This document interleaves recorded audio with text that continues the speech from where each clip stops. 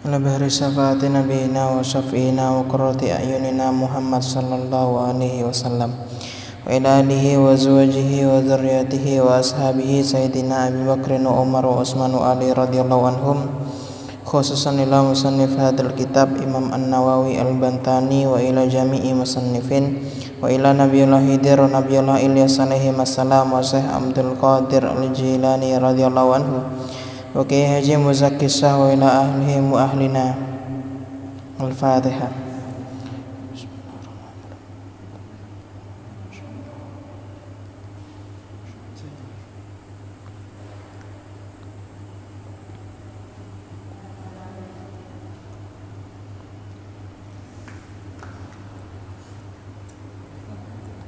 Bismillahirrahmanirrahim.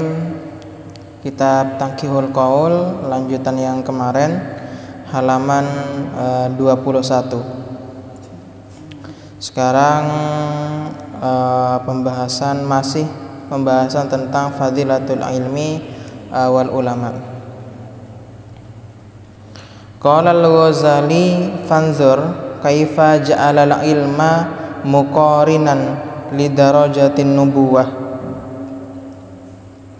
wa kaifa hatta rutbatal amali al mujarradi anil ilmi wa in kana al abidu la yakhlu anil ilmi an ilmin bil ibadah allati yuwatibu alaiha walaulahu lam takun ibadatan.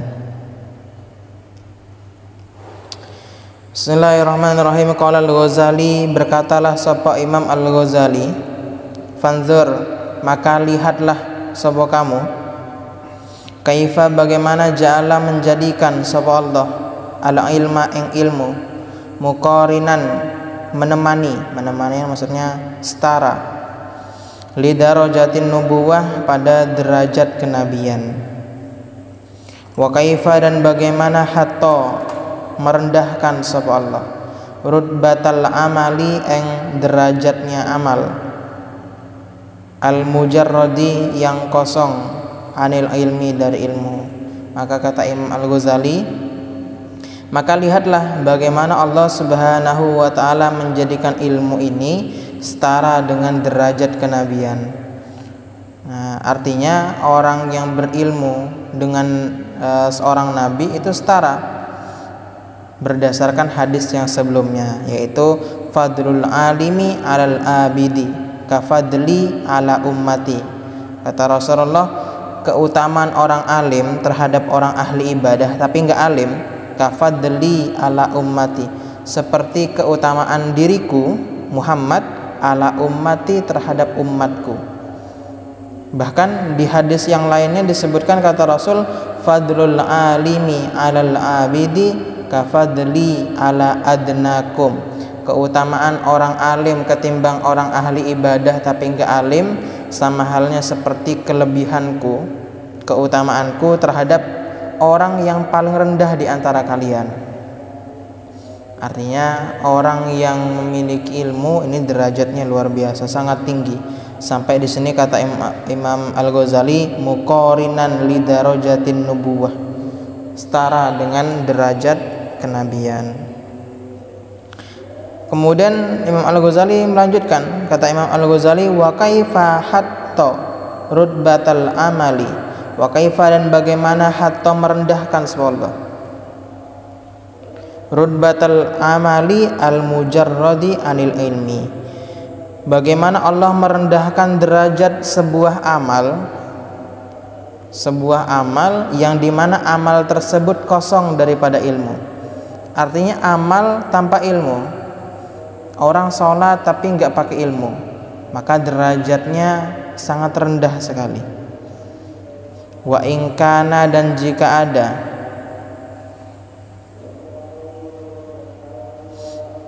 al-abidu orang ahli ibadah, la yakhlu tidak sepi sepediaan ilmin dari ilmu, bil ibadati dengan ibadah, alladhi yang yuwadibu menekuni sepedia alaiha terhadap ibadah.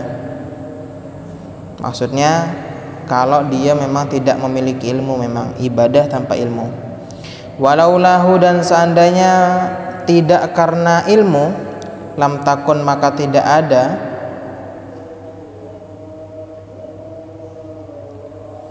opo amal ibadatan iku menjadi ibadah.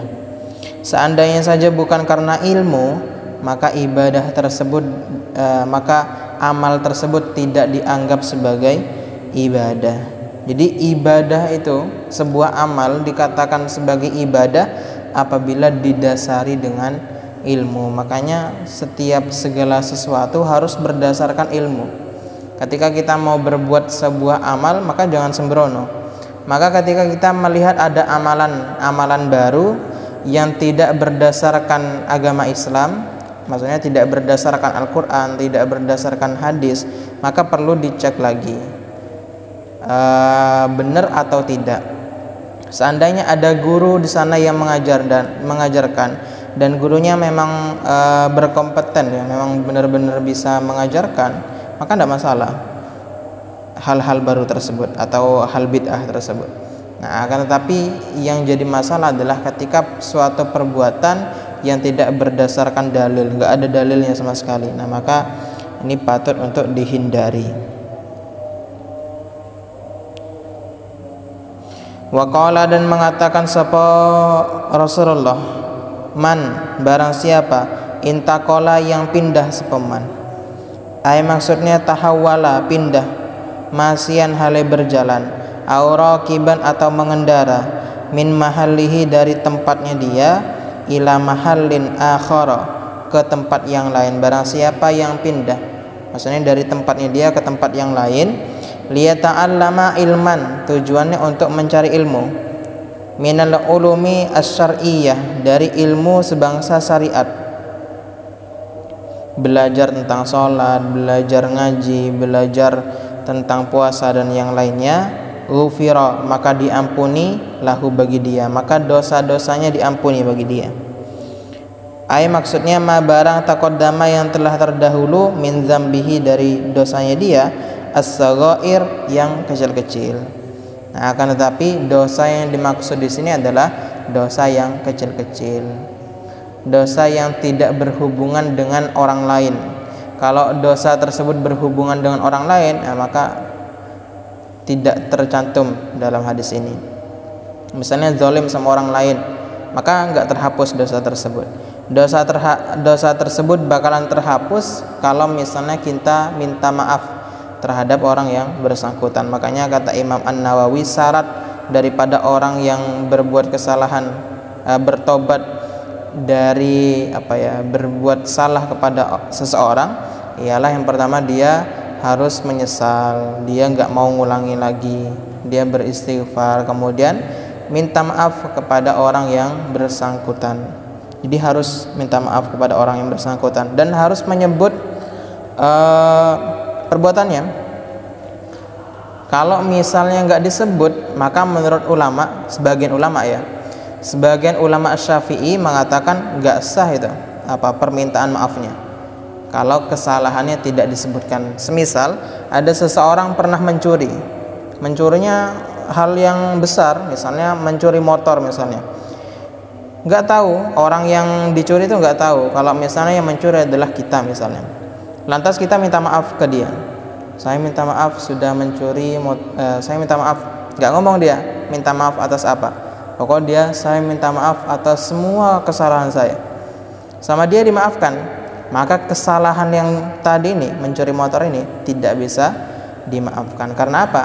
Karena kalau semisal dia tahu kalau yang mencuri itu adalah kita, maka perbuatan tersebut tidak akan dimaafkan. Nah, jadi ketika kita mau minta maaf kepada seseorang, sebutkan kesalahannya, kecuali perbuatan tersebut sepertinya sudah pasti dimaafkan. Kayak misalnya cuma bercanda-bercanda, mungkin sakit hati sedikit, tidak masalah. Nah, kecuali kalau memang sudah berlebihan, maka itu harus benar-benar dikatakan. Nah, maka orang yang pergi untuk mencari ilmu, ghufira lahu, dosa-dosanya terampuni, as-saghair yang kecil-kecil. Qabla sebelum tua melangkah sebelum dia melangkah, jadi sebelum berangkat sudah diampuni sama Allah. Maksudnya khutwatan langkahan min maudhihi dari tempatnya dia, Idza apabila arada bermaksud sapa dia bidzalika dengan itu mencari ilmu, wajhallahi ing ridhonya Allah. Nah, akan tetapi syaratnya dia harus ikhlas, benar-benar murni mencari ridhonya Allah. Kalau misalnya ada hal lain, maka di sini tidak termasuk seperti itu. Misalnya ada ujub atau riya dan yang lainnya. Makanya kata Imam An-Nawawi di kitab Al-Adhkar itu disebutkan barang siapa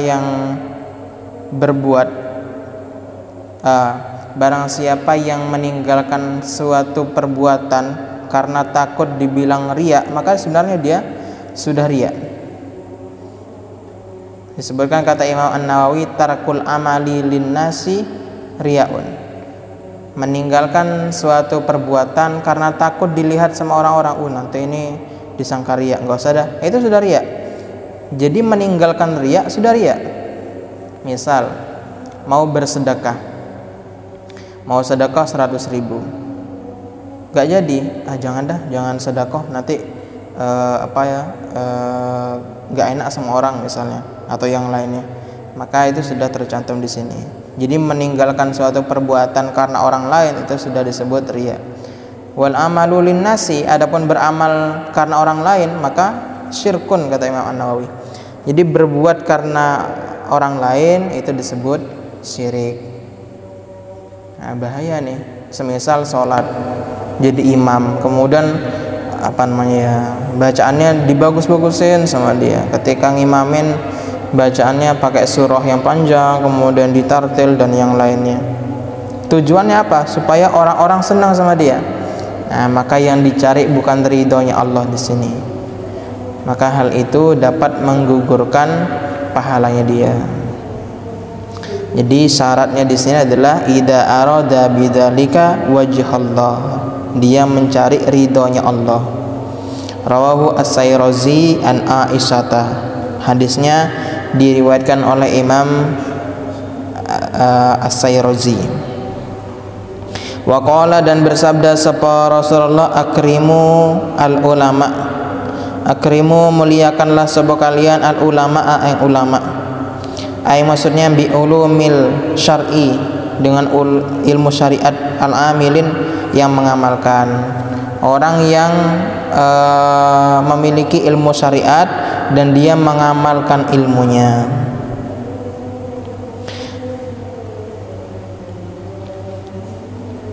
Jadi ulama ini harus dimuliakan, dan ulama itu harus berbuat sesuatu yang sekiranya dia memang dimuliakan, seperti itu. Jangan sampai ulama ini berbuat sesuatu yang menurunkan wibawanya. Jadi seorang ulama itu harus berwibawa. Makanya bagi seorang ulama disebutkan di dalam kitab Ta'limul Muta'allim itu disebutkan, kata musannifnya, kabbiru imamakum wa wasi'u akmamakum. Jadi khusus bagi ulama, kabbiru imamakum, besarkanlah imamah kalian. Imamah itu yang ditaruh di kepala. Yang ditaruh di kepala itu imamah, yang diikat, maka itu dibesarkan. Wa wasi'u akmamakum, kemudian besarkanlah, luaskanlah lengan baju kalian. Maksudnya pakaiannya, pakai pakaian yang yang berwibawa gitu. Makanya kalau ulama biasanya pakai jubah, kemudian di luarnya pakai jasnya itu biasanya. Jadi pakai 2 lapis. Ya memang seperti itu.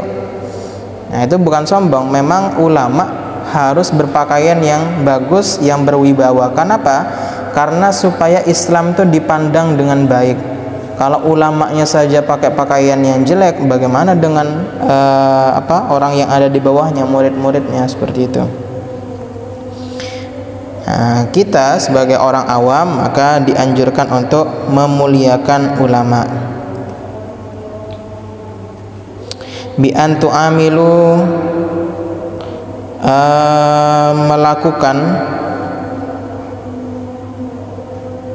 memperlakukan sebuah kalian hum ing mereka bil ijlali, dengan keagungan, wal ihsani, dan kebaikan, ilaihim pada mereka. Memuliakan dengan bagaimana? Bil ijlal, yang pertama mengagungkan, wal ihsan, kemudian berbuat bagus kepada mereka. Dengan apa? Bil qauli, yang pertama dengan ucapan. Kalau ngomong ke orang soleh itu, ke ulama, ngomongnya yang sopan, pakai bahasa yang lembut, jangan pakai bahasa kasar. Kemudian wal fi'li, dan perbuatan. Nah, perbuatannya juga perbuatan yang sopan. Nah, perbuatannya, tingkah lakunya jangan sampai menyinggung menyinggung ulama tersebut, apalagi kalau kita menjadi pelayannya, berkhidmah kepada guru. Sebenarnya berkhidmah itu menjadi pelayan dari seorang ulama itu ada sisi positif sama sisi negatifnya. Sisi positifnya, kita itu berdekatan dengan barokah, kita itu berdekatan dengan hikmah. Artinya orang yang dekat dengan ulama pasti dia itu bakalan mendapatkan ilmu, dia mendapatkan nasihat dan yang lainnya. Itu kalau dekat sama ulama. Tapi negatifnya, ketika kita berbuat sesuatu yang tidak disukai sama ulama tersebut, bisa jadi ada kekecewaan dalam hatinya, bisa jadi guru tadi marah ke kita. Nah, itu sisi negatifnya, sehingga dikhawatirkan guru itu bisa jadi menghardik kita misalnya, atau kalau kita berbuat sampai parah misalnya ya, nggak sopan banget, bisa jadi guru itu nyumpahin kita. Nah, makanya berkhidmah itu ada standarnya. Jadi jangan langsung jadi pelayannya guru, kita belajar dulu akhlak itu seperti apa. Makanya kata ulama, ketika belajar ke Imam Malik, saya menyesal bertahun-tahun belajar ke Imam Malik hanya belajar ilmu syariat saja, belajar akhlaknya sedikit.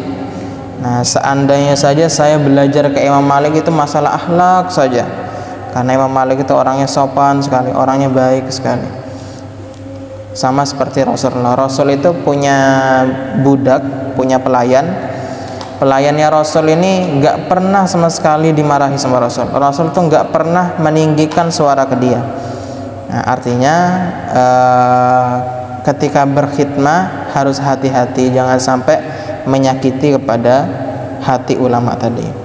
Nah, cara memuliakan ulama tadi adalah dengan perbuatan ataupun dengan ucapan. Fa innahum, karena sesungguhnya mereka indallahi, di sisi Allah, kurama, ialah orang yang mulia. Maksudnya mukhtarun, orang-orang pilihan.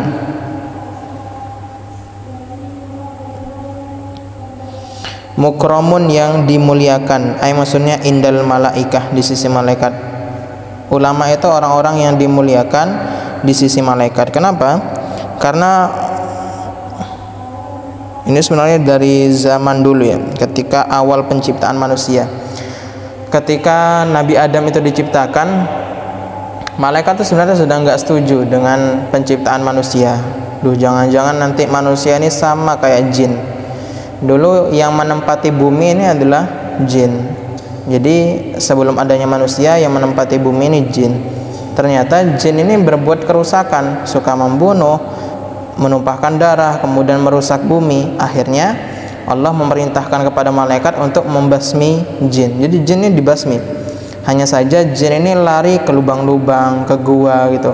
Nah, sehingga yang lari-lari ini masih selamat sampai nanti hari kiamat. Seharusnya dulu sudah dibasmi semua sama malaikat. Nah, ternyata Allah menciptakan makhluk baru nih, namanya manusia. Maka malaikat ini agak nggak setuju. Kata malaikat, ya Allah, engkau menciptakan makhluk yang nantinya akan berbuat kerusakan, yang nantinya akan menumpahkan darah. Kata Allah Subhanahu wa taala, aku lebih tahu daripada kalian. Nah, malaikat ya tunduk, cuma masih saja meragukan terhadap manusia. Sampai akhirnya, kenapa kok ada malaikat Munkar dan Nakir? Itu ada ceritanya. Kenapa kok ketika di kuburan kita itu pasti ditanya sama malaikat Munkar sama malaikat Munkar Nakir ini.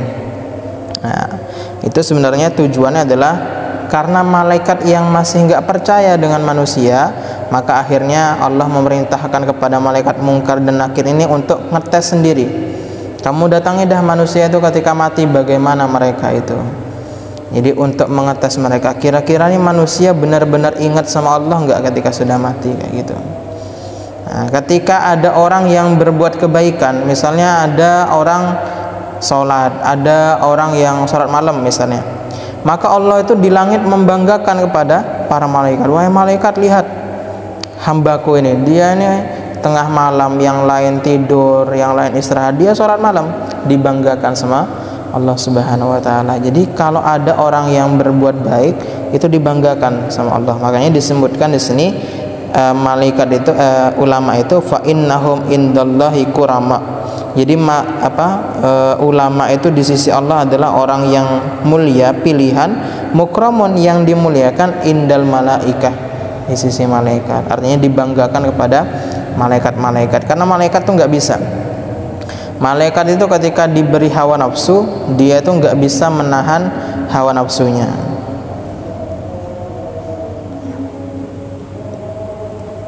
Wa Nabi Hurairah radhiyallahu anhu qala sami'tu Rasulullah yaqul idza tahaddasa al-alimu fi majlisihi bil ilmi wa lam yadkhulhu hazalun wala lagwun khalaqallahu ta'ala min kulli kalimatin tala'at min famihi malakan yastaghfirullaha lahu wa lisamihi ila yaumil qiyamah. Idza apabila tahaddasa berbicara al-alimu, sapa orang alim fi majlisihi di dalam majlisnya, bila ilmi dengan ilmu, walam yadkhul dan tidak masuk pada majlisnya hazalun apa gurauan, wala lagun dan tidak pula main-main sia-sia, perbuatan yang sia-sia. Khalaqa maka menciptakan Allahu sapa Allah min kulli kalimatin dari setiap kalimat, tolaat yang muncul apa kalimat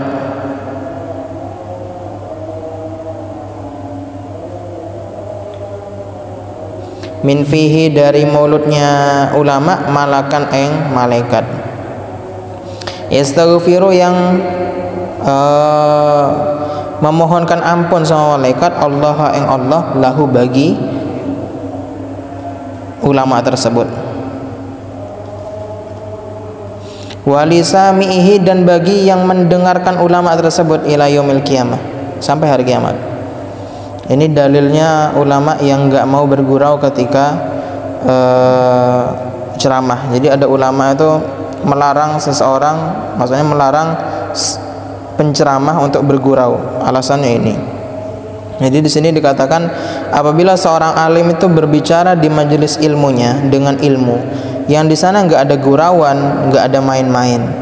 Nah, sebenarnya ini ditafsil, diperinci.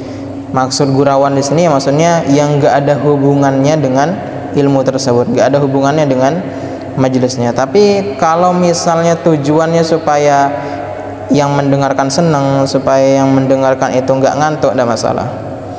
Karena kalau misalnya nggak ada gurauannya, nggak ada candaan-candanya, mungkin ngantuk, mungkin males yang dengerin. Nah, sehingga dimasukkan hal-hal kayak gini.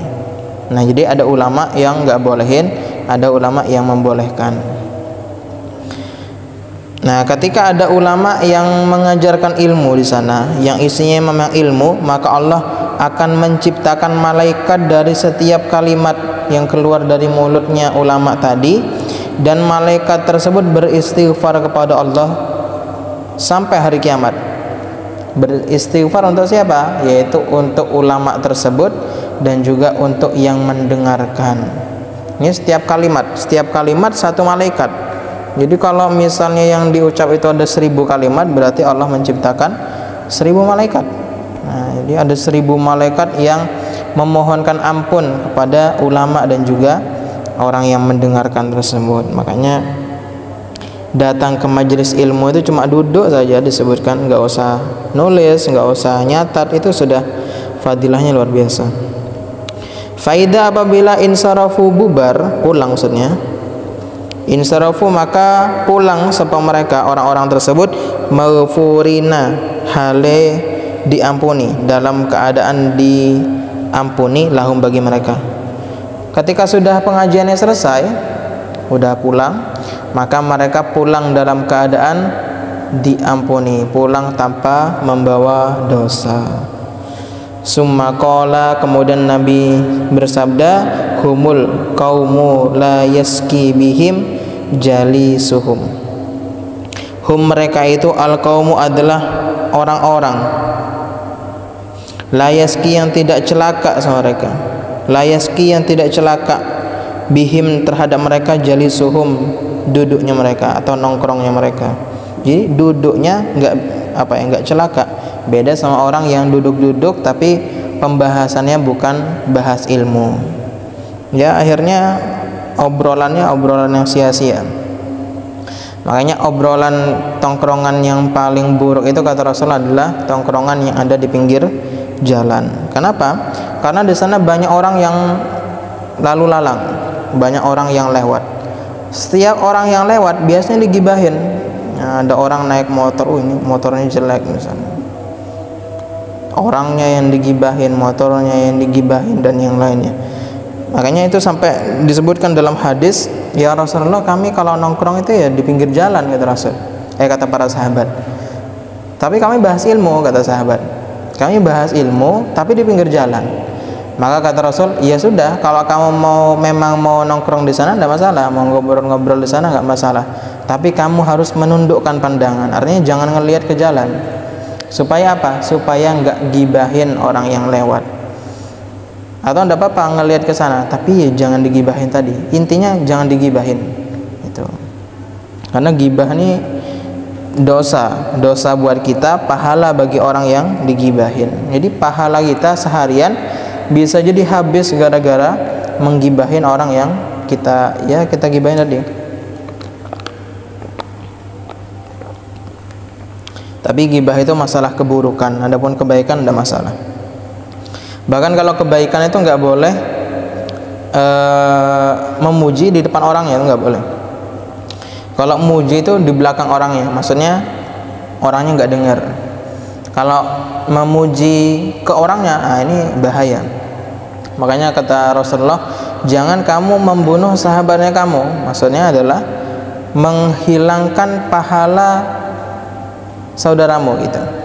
Artinya sudah ibadah capek-capek dipuji, akhirnya gara-gara dipuji itu dia merasa tersanjung, akhirnya timbullah ujub di dalam hatinya.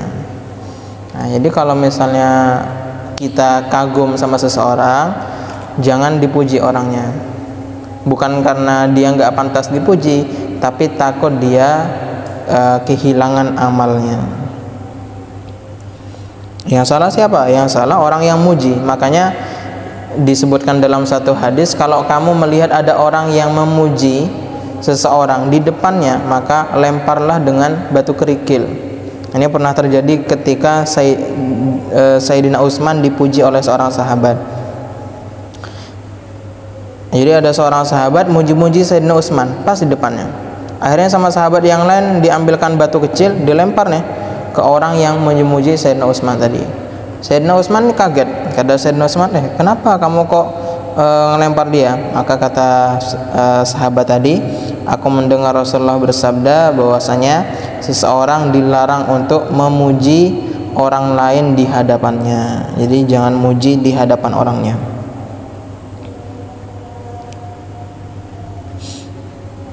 Waqala, dan bersabda sapa Rasulullah, man nadhara, barang siapa yang melihat, ila wajhil alimi, ke wajahnya orang alim, nadratan eng satu kali pandangan, ai wahidatan satu kali, fafariha kemudian senang sepedia, biha dengan pandangan tersebut, ai bitilkan nadrah dengan itu pandangan, khalaqallahu ta'ala, maka Allah ciptakan mintilkan nadrati dari itu pandangan, malakan eng satu malaikat, yastaghfiru yang beristighfar sapa malaikat, ay maksudnya dzalikal malak itu malaikat, lahu bagi dia, ay an nadiru bagi orang yang melihat, ila yaumil qiyamah sampai hari kiamat. Barang siapa yang melihat ke wajahnya orang alim, ketika melihat dia senang, bahagia sekali dia melihat wajahnya orang alim,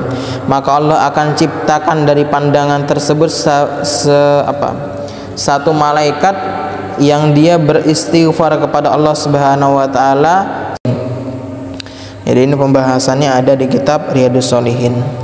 Wa qala Nabi man akrama aliman faqad akramani. Kata Rasul, man akrama aliman, barang siapa yang memuliakan orang alim, faqad akramani, maka sesungguhnya dia sedang memuliakanku. Ai li'annahu, karena sesungguhnya orang alim habibi, kekasihku. Wa man akramani, dan barang siapa yang telah memuliakan diriku, faqad akrama, telah memuliakan sapa dia Allah ing Allah. Maka barang siapa yang telah memuliakan Rasul, memuliakan aku, kata Rasul, sesungguhnya dia telah memuliakan Allah. Ai li'anni, karena sesungguhnya aku habibuhu, ialah kekasihnya Allah. Wa man akramallaha, dan barang siapa yang telah memuliakan Allah, fa ma'wahu, maka tempat kembalinya atau tempat tinggalnya dia al jannatu, ialah surga. Maka barang siapa yang telah memuliakan Allah, dia sebenarnya sudah maka dia tempat tinggalnya dia adalah surga. Ai li'annaha, karena sesungguhnya surga mahallun, ialah sebuah tempat sukna yang mahallu sukna ahibbaillah, ini mudhof semua. Mahallu sukna ahibbaillahi, ialah tempat tinggalnya kekasihnya Allah atau orang yang mencintai Allah. Jadi cukup memuliakan ulama, maka sebenarnya dia telah memuliakan Rasulullah. Siapa yang memuliakan Rasul, maka sebenarnya dia memuliakan Allah. Barang siapa yang memuliakan Allah, maka dia wajib masuk ke dalam surga. Nah, karena sesungguhnya surga itu adalah tempat tinggal bagi orang-orang yang dicintai oleh Allah dan mencintai Allah. Wa qala ta'ala akrimul ulama, muliakanlah ulama, fa innahum, karena sesungguhnya mereka warasatul anbiya, pewarisnya para nabi. Faman akramahum, barang siapa yang memuliakan ulama, faqad akramallah, faqad, maka sungguh akrama, telah memuliakan sebuah dia Allah yang Allah, wa rasulahu, dan rasulnya. Rawahul Khatib Al-Baghdadi an Jabirin. Wa qala Nabi sallallahu alaihi wasallam naumul alimi afdalu min ibadatil jahil. Naumul alimi, tidurnya orang alim, afdalu, ialah lebih utama, min ibadatil jahili, dari ibadahnya orang jahil, orang bodoh. Ya, ini sebenarnya masuk akal ya, karena orang alim itu kalau tidur ya pakai doa, banyak ibadah. Kayak misalnya dalam satu riwayat disebutkan Rasul itu memberi wasiat kepada Aisyah, wahai Aisyah, kamu kalau misalnya tidur hatamkan Quran dulu. Aisyah itu jawab, ya Rasul, saya kalau setiap mau tidur harus ngatamin Quran, ya nggak bisa tidur, kata Aisyah. Maka kata Rasul, cukup kamu baca surah Al-Ikhlas 3 kali. Jadi baca Al-Ikhlas 3 kali. Kemudian kata Rasulullah ngulangi lagi, wahai Aisyah, kamu kalau mau tidur bacakan istighfar untuk setiap orang yang ada di bumi ini. Maka kata Aisyah, ya Rasul, kalau saya sebut satu-satu semua orang ini, maka nggak akan cukup. Maka Rasul katakan, cukup kamu ucapkan astaghfirullah lil muslimin wal muslimat. Istighfar kamu itu adalah untuk muslim seluruh dunia, baik yang perempuan ataupun yang laki-laki. Di hadis yang lain juga dianjurkan setiap kamu mau tidur, maka kamu harus bertemu dengan nabinya kamu, Nabi Muhammad. Maka kata Aisyah, nggak sempat ya Rasul, nggak bisa kalau setiap tidur harus bertemu denganmu. Maka kata Rasul, cukup kamu membaca sholawat 3 kali. Jadi amaran-amaran kayak gini nggak akan diketahui kecuali oleh orang-orang yang alim saja, orang-orang yang berilmu saja. Sedangkan orang bodoh, jangankan tidur, ibadahnya saja dia lalai, ibadahnya saja dia lupa dengan Allah. Nah, maka wajar saja ketika seorang alim ini tidur, maka tidurnya lebih utama daripada ibadahnya seorang yang jahil. Ai naumul alimi, tidurnya orang alim, alladzi yang yurai, menjaga adabul ilmi ing tata keramanya ilmu, afdalu lebih utama min ibadatil jahil dari ibadahnya orang yang bodoh, alladzi yang la ya'lamu tidak mengetahui supaya dia adabul ibadah ing tata krama atau adab dalam beribadah. Wa fi riwayatin li Abi Naim an Salman bi isnadin dhaifin, naumun tidur ala ilmin berdasarkan ilmu khairun lebih baik min sholatin dari sholat ala jahlin dalam keadaan bodoh. Makanya ada seorang sahabat sholat, ada Rasul di sana, ditunggu sama Rasul sampai selesai. Setelah selesai sholat, Rasul katakan sholli fa innaka lam tusolli, sholat lagi kata Rasul, kamu tuh belum sholat. Akhirnya dia ngulangi lagi sampai beberapa kali, diulangi terus sama Rasul, sholli fa innaka lam tusolli, sholat, kamu tuh belum sholat kata Rasul. Maka kata dia, ya Rasul, seperti inilah sudah yang bisa saya lakukan, saya nggak bisa lagi sholat yang lebih baik. Nah, ini seorang sahabat, dia masih salah dalam sholatnya. Ternyata ketika dia beribadah masih belum sempurna. Ketika wudhu dia nggak menyempurnakan wudhunya, tumitnya nggak terbasuh.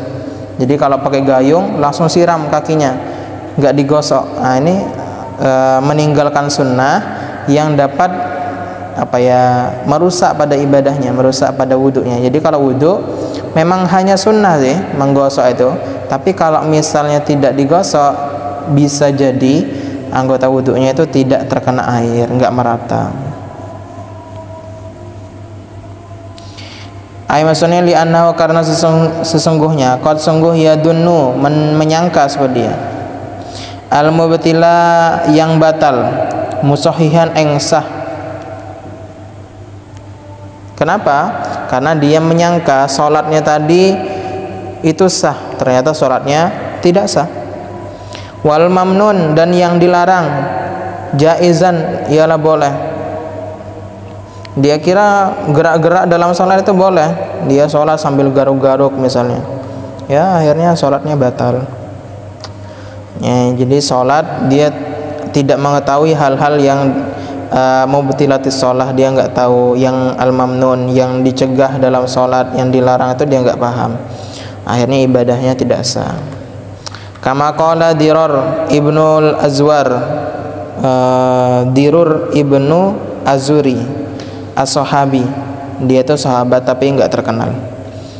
Man barang siapa abida yang beribadah sepaman Allah yang Allah bijahlin dengan kebodohan, karena maka ada sepadia, karena maka ada ma apa barang yafsidu yang merusak apa barang, aksara iku lebih banyak mimma dari barang yuslihu yang baik apa barang. Jadi kalau orang itu beribadah tapi dengan kebodohan, maka rusaknya lebih banyak daripada baiknya. Wa kama dan sebagaimana qala berkata wa ilah ibnul asqa al muta'abbid, orang yang beribadah bi ghairi fikhin dengan tanpa fikih, kahimarin seperti khimar, at-tahun yang memutar batu penggilingan.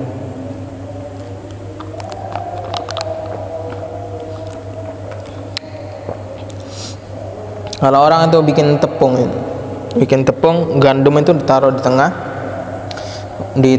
ditindihin dengan batu, terus digiling sama keledai.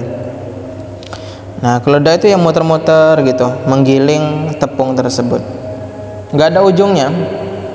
Keledai itu nggak tahu kenapa dia keliling-keliling, dia nggak tahu. Ya pokok disuruh keliling, dicambuk, ya akhirnya dia gerak keliling aja. Padahal tujuannya untuk menggiling tepung.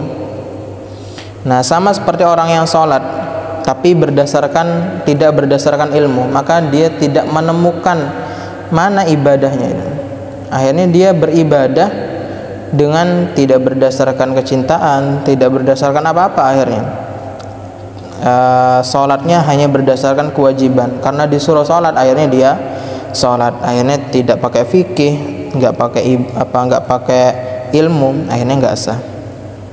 Wa qala Nabi bersabda, man ta'allama, barang siapa yang belajar baban yang satu ilmu, minal ilmi dari ilmu, ya'malu yang beramal sepedia bihi dengannya, aw lam ya'mal atau yang tidak beramal sepedia bihi dengannya, karena maka ada afdalu lebih utama min dari ayyusalliya salat sepedia alfa rakaatin eng 1000 rakaat tatawuan salat sunnah.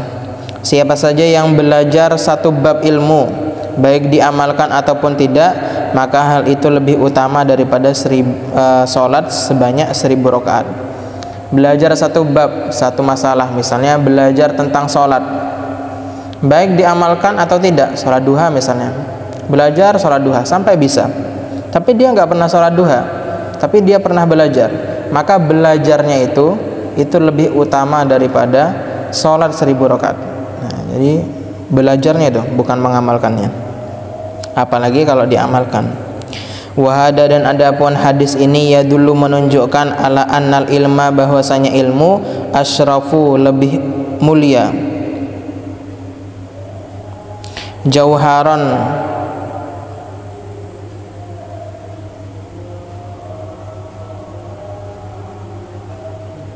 apanya, jauharon eng mutiara, minal ibadati daripada ibadah. Walakin akan tetapi la budda tidak boleh tidak lil abdi bagi hamba minal ibadati dari ibadah al ilmi daripada ilmu. Wa ila, dan jika tidak, karena ada ilmunya dia habaan mansura, seperti abu yang terbang, habaan yang abu mansuron yang diterbangkan. Kamar wiya, sebagaimana diriwayatkan an Abi Hurairah radhiyallahu anhu anin Nabi annahu qala, ma min alimin, tidak ada dari seorang alim la ya'malu yang tidak mengamalkan sepedia bi ilmihi dengan ilmunya, illa kecuali naza'a mencabut Allahu subhanahu ruhahu eng ruhnya, ala ghairi sahadah pada tanpa sahadah, tanpa kalimat syahadat. Wa nada, dan memanggil hu eng dia munadin sapa orang yang memanggil, minas sama dari langit, ya fajir, wahai orang yang durhaka, khosirta rugi, sebab kamu ad-dunya yang dunia, wal akhirat dan akhirat.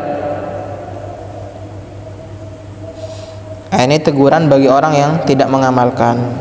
Artinya belajar ilmu kemudian tidak diamalkan itu memang berpahala. Jadi belajar ilmu, belajar masalah sholat duha, belajar tentang sholat duha, itu sudah pahalanya luar biasa. Akan tetapi belajar tanpa diamalkan itu juga ada ada ancamannya. Kata Rasul, tidak ada dari seorang alim yang dia tidak mengamalkan ilmunya. Maksud alim di sini orang yang berilmu.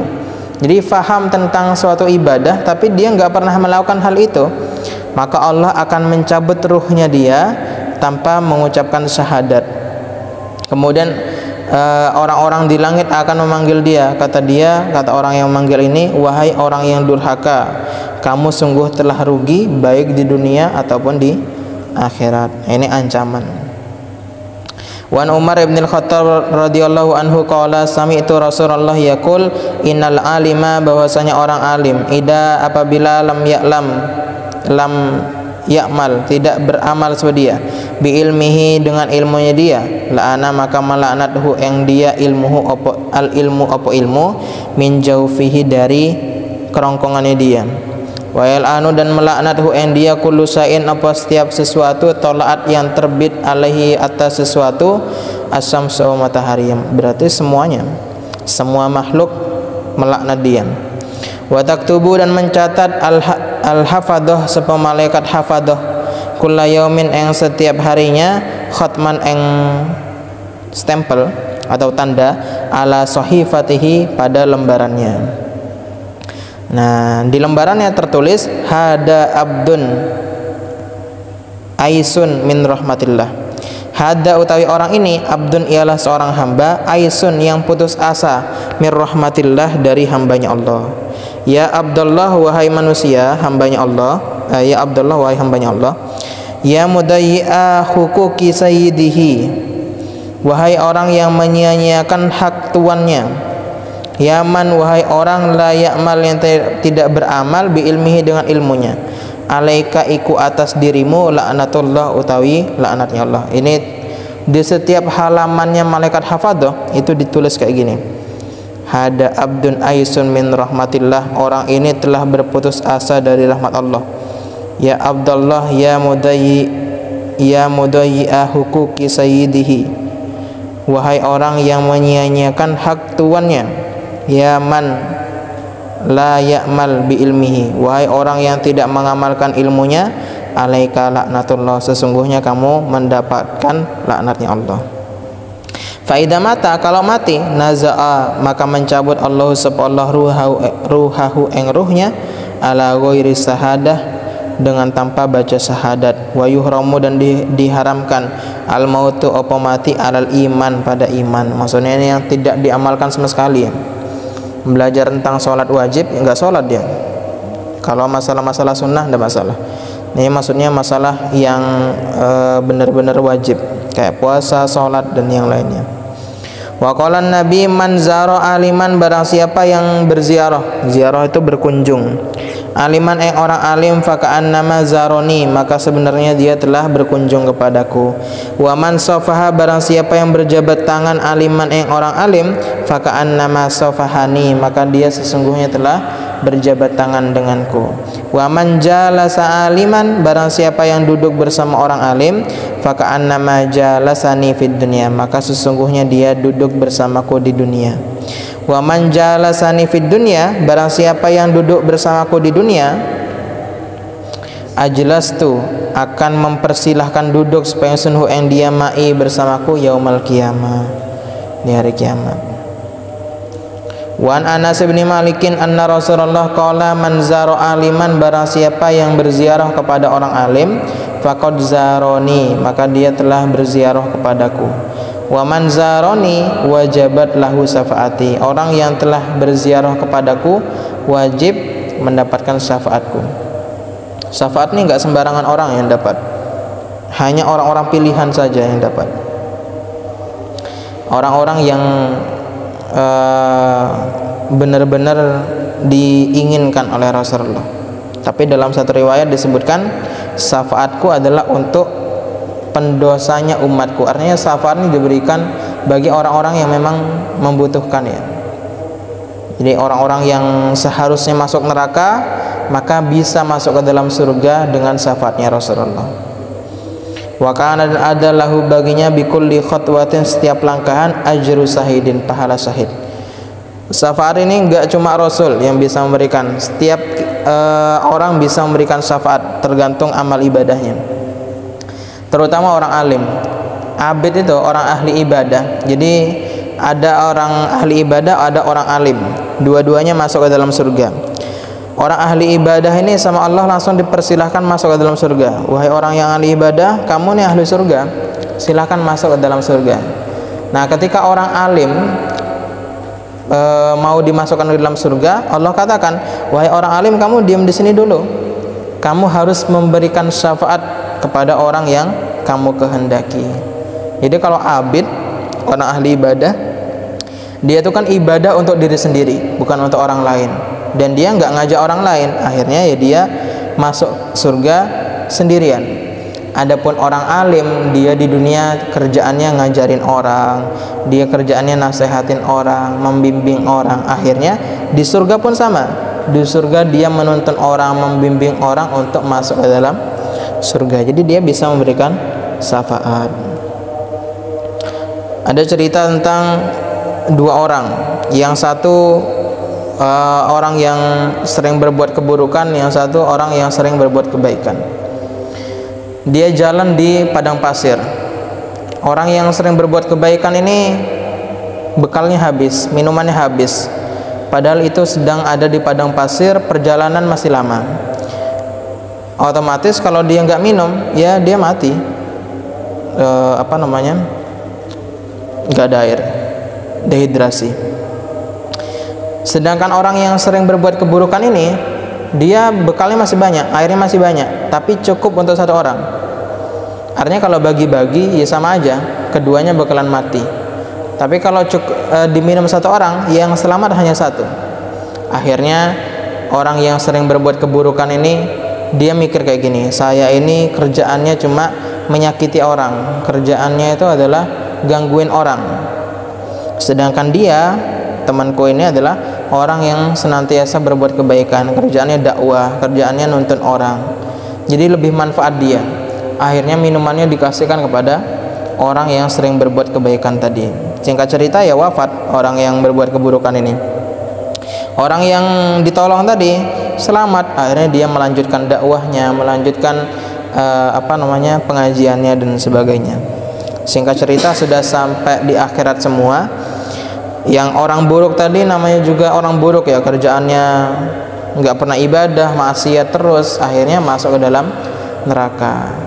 Nah yang temannya tadi, orang yang ahli ibadah ini, yang kerjaannya berbuat kebaikan, masuk ke dalam surga. Nah antara surga dan neraka itu ada jendela, jadi ada kayak jendela gitu, itu bisa melihat, orang ahli surga ini bisa melihat ke neraka. Akhirnya orang yang berbuat keburukan tadi manggil-manggil kepada orang yang ada di surga. Kebetulan ada orang yang dia tolong tadi, yang kehausan itu. Maka dipanggil, kata dia, ya fulan, hal ta'rifuni, wahai si fulan, kamu kenal aku enggak gitu. Akhirnya diceritain, saya dulu itu yang nolong kamu itu, yang di padang pasir kamu kehausan. Akhirnya ingat, akhirnya dia bilang, saya minta kamu memberikan syafaat kepadaku supaya aku ini dikeluarkan dari neraka, kayak gitu. Tadi kan di neraka nih, yang dia masuk ke dalam surga. Bi adadi khatawatihi, dengan hitungan langkahannya dia, kusuran istana fil jannah, di dalam surga. Wa kana, dan adalahu baginya bikulli harfin, setiap huruf, qara'a yang membaca sebadiyahu eng huruf, ala qabrihi, pada kuburannya orang alim, qasrun eng rumah atau istana, fil jannah, di dalam surga, min dahabin, dari emas, kada fi riyadis sholihin. Ini anjuran kita untuk berziarah kepada kuburannya orang alim. Makanya kalau ke kuburannya orang alim, sempatkan membaca Al-Quran, walaupun cuma Al-Fatihah, ngirim Al-Fatihah, atau kita cuma baca Yasin, tidak masalah. Maka setiap huruf yang kita baca, yang kita berikan, yang kita baca di makomnya orang alim tadi, Allah jadikan istana yang terbuat dari emas. Nah ini ada di kitab Riyadhus Shalihin, berarti dalilnya atau ibarahnya ini kuat, bisa dijadikan dalil. Nah ini anjuran untuk berziarah kepada makamnya orang alim. Jadi kalau ada kesempatan, sering-sering ziarah ke makbarahnya ulama. Nah ini bab masalah fadilatul ilmi wal ulama sudah selesai. Artinya tentang ilmu dan juga ulama ini benar-benar benar-benar keutamaan yang sangat besar ya. Artinya kalau misalnya kita bisa, maka terus mencari ilmu. Bahkan Syekh Arsyad Al-Banjari itu meskipun beliau sudah menikah, bahkan sudah punya anak, beliau tetap mencari ilmu di Mekah sampai beberapa tahun. Al-babus tsani fi fadilati la ilaha illallah, wallahu a'lam. Semoga bermanfaat. Al-Fatihah. Assalamualaikum warahmatullahi taala wabarakatuh.